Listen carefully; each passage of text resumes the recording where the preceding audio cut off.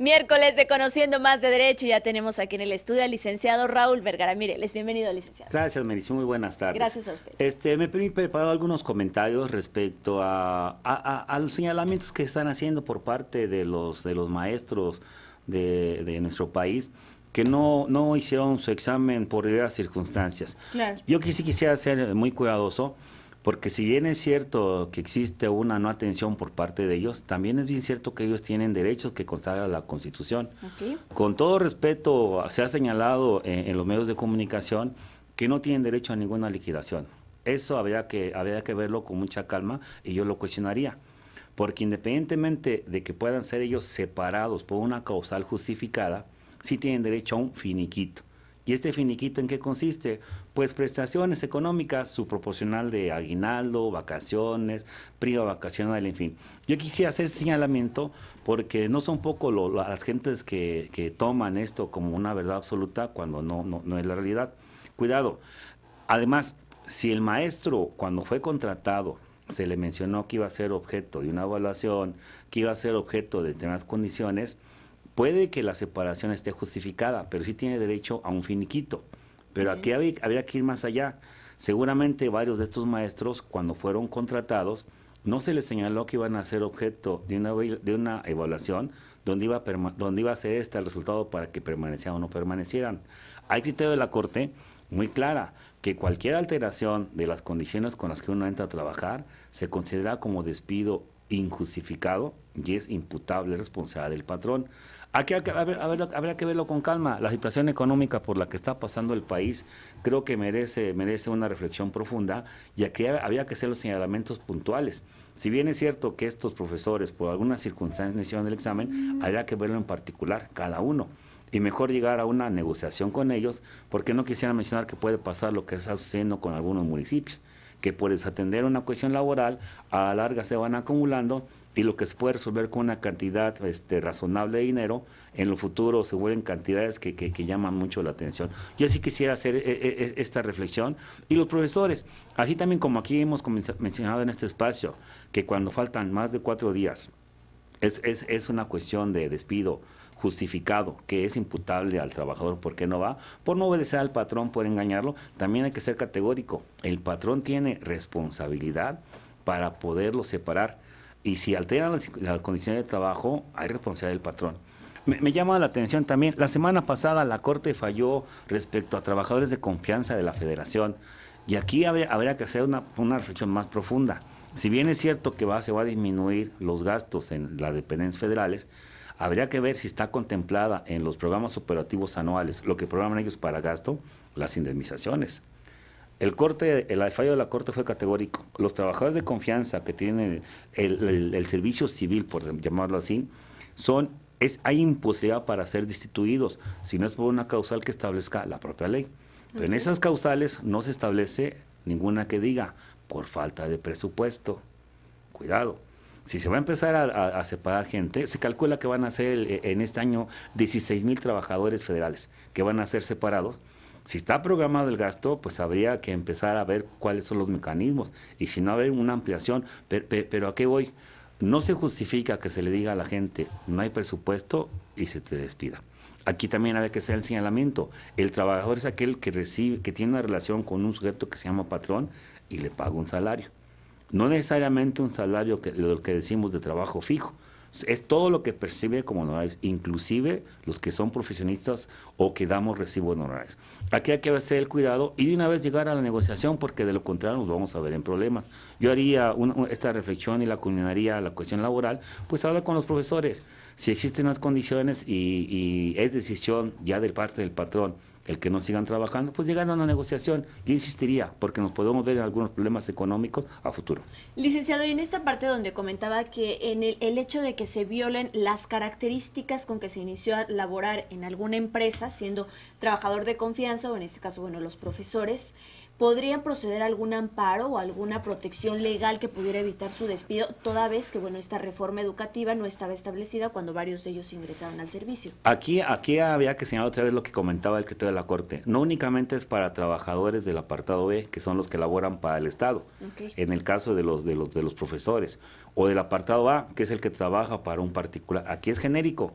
Bien. Si tú eres contratado, si una persona es contratada con determinadas características, se establece en el contrato que puede ser escrito de manera verbal y se quieren alterar las circunstancias, tiene que ver la manifestación, la voluntad, inclusive por escrito, del trabajador.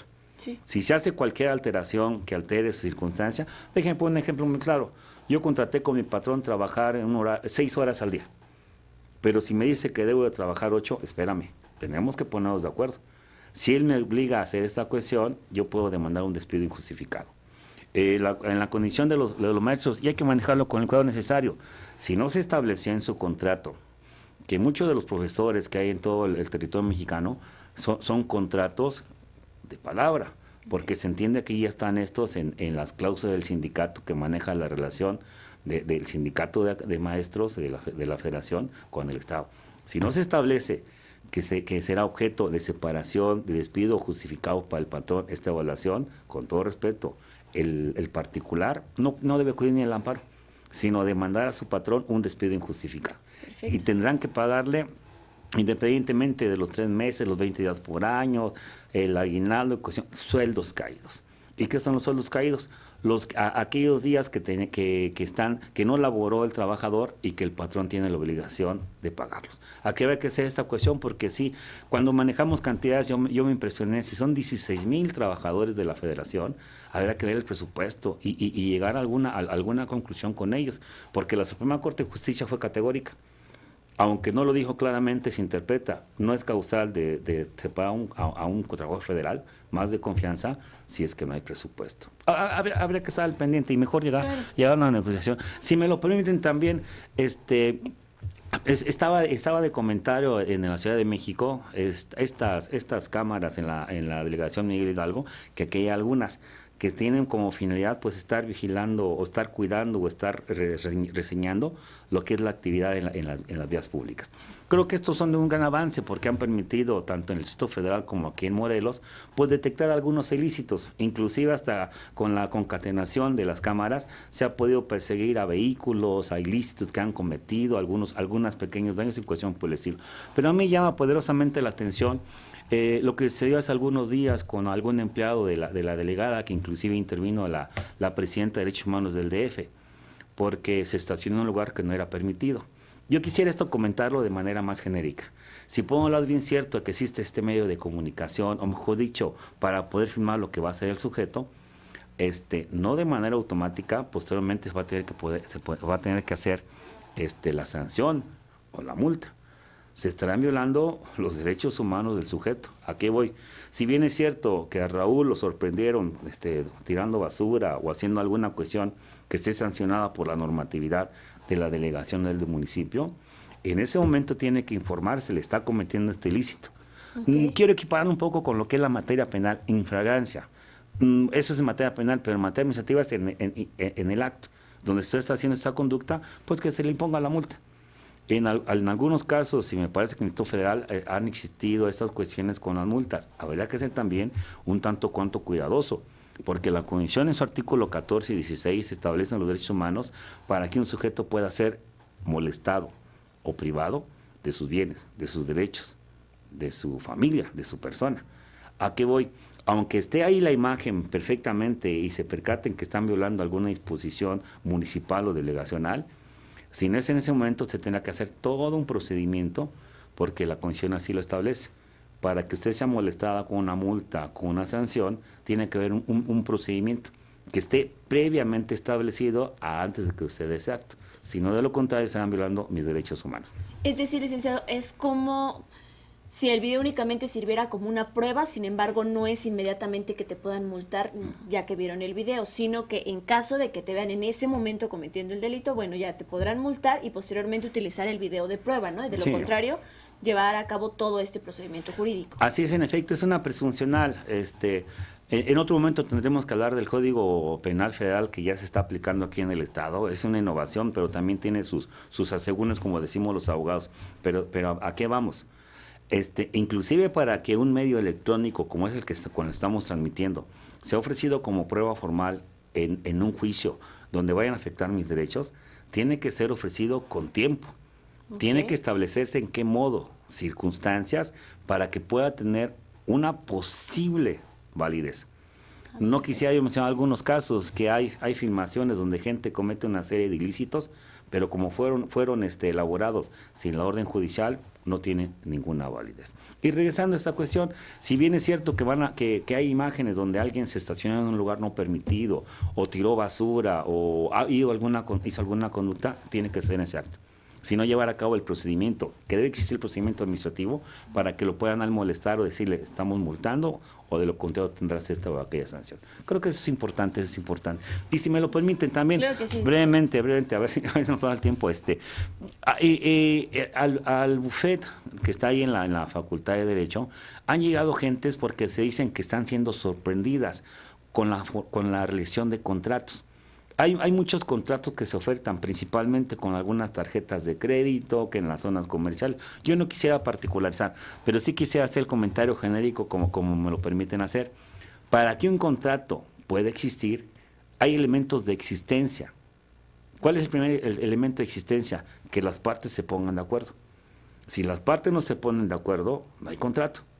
Segundo, que el objeto del contrato sea lícito, sea realizable. Si no existen estos dos elementos, no existe contrato. ¿Y por qué lo menciono? Por ahí llegó, o tuve conocimiento sin particularizar, que un menor de edad contrató una línea telefónica y utilizó la tarjeta del padre para hacer la cuestión, y el padre se molestó.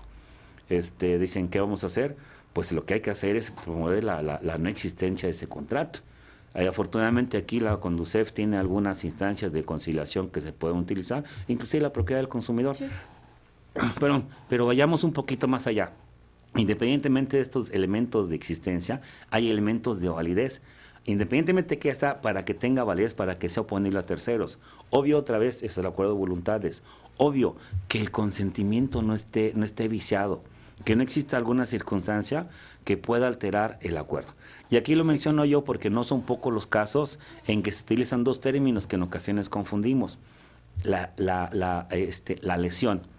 Cuando hablamos de lesión, inmediatamente viene pues alguna cuestión que nos pasa en nuestro cuerpo, no. Pero en materia civil la lesión es cuando alguien de las partes que contrató saca provecho, saca desventaja de la otra por su estado de necesidad, por su falta de conocimiento, por su ignorancia o falta de pericia. Si están desproporcionadas las cantidades o el acuerdo, indiscutiblemente que ese contrato puede ser objeto de un juicio para que se pague lo justo o se vean las circunstancias donde están.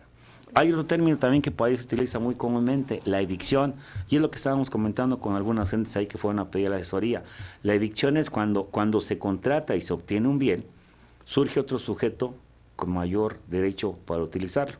Aquí yo quisiera también aprovechar para recomendarles a las personas que van a comprar bienes, principalmente lo que es en propiedad privada, verifiquen en el registro público de la propiedad. Si bien es cierto que nos ahorramos algún dinero, algunos centavos por hacer un contrato privado, mejor hay que hacerlo en el registro público porque ahí están las inscripciones para evitar la evicción. ¿Y qué es la evicción?